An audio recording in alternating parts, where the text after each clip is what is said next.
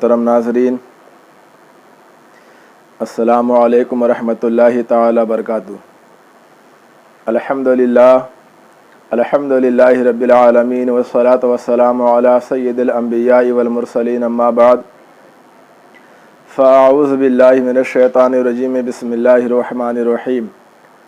الصلاة والسلام علیک یا رسول اللہ وعلی آلک واصحابک یا نور اللہ صلی اللہ تعالی علیہ وسلم۔ محترم ناظرین اور ناظرات،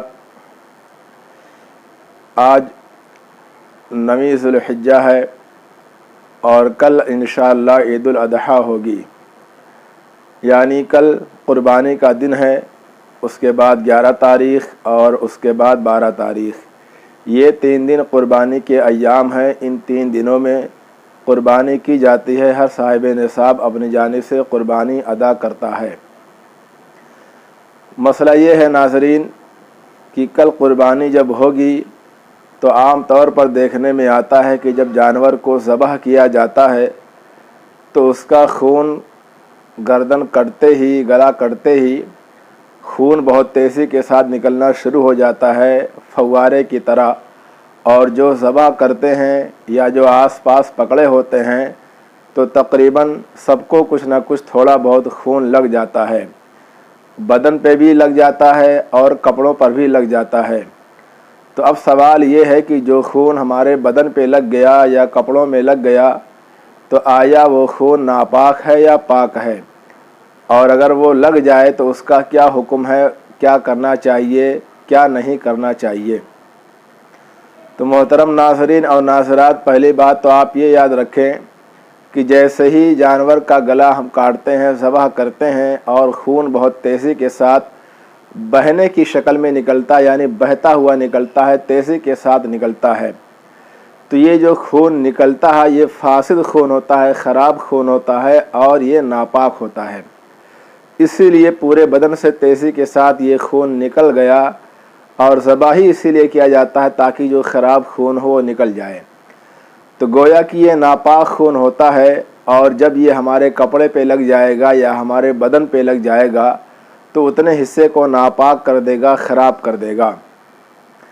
اب جب اتنے حصے میں لگ گیا تو اب دیکھنا یہ ہے کہ کتنے حصے میں لگا ہے، کتنے حصے میں نہیں لگا ہے، تو اس کا اپنا ایک الگ الگ حکم ہے۔ اگر 1 درہم سے زیادہ لگا ہے تو اس کا دھلنا پاک کرنا فرض ہے۔ اب 1 درہم یعنی ہندوستان میں جو پرانا سکہ 1 روپے کا چلتا تھا تقریباً اس کے برابر ہوتا ہے۔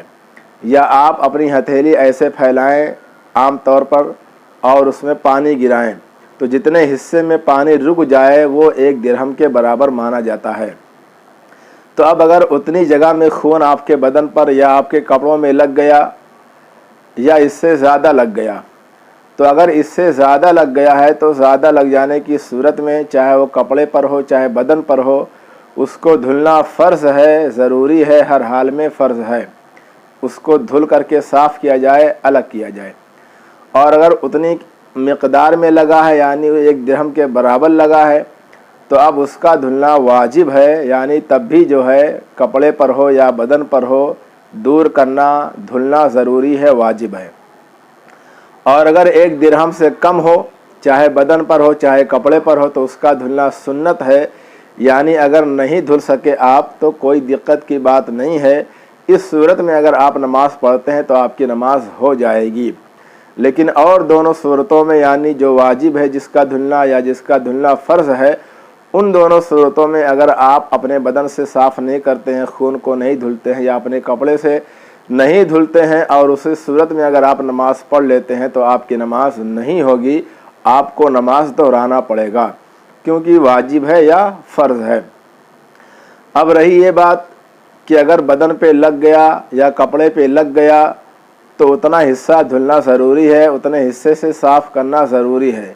لیکن ایک سوال یہ بھی پیدا ہوتا ہے کہ مثال کے طور پہ ہمارے بدن پہ لگ گیا تو فرض ہے، واجب ہے، وہ تو الگ بات ہے، لیکن کیا نہانا ضروری ہو جائے گا، یعنی غسل فرض ہو جائے گا یا نہیں؟